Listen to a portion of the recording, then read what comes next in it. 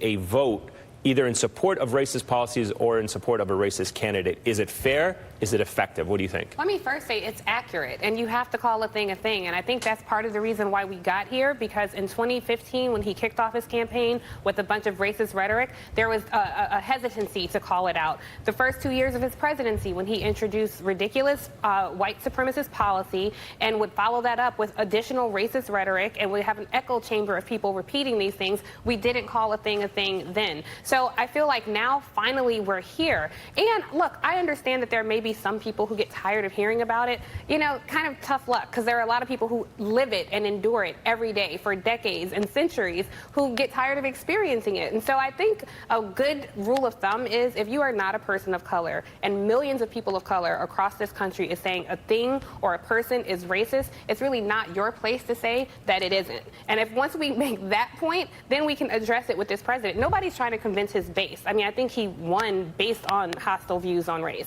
Right now, you're just trying to point out to people that you are fighting for the soul of this country. And do you want this country to go toward Gilead, I call it, from The Handmaid's Tale? And I don't think people do. So you invoked your viewers earlier, or your listeners, when they call into the radio show talking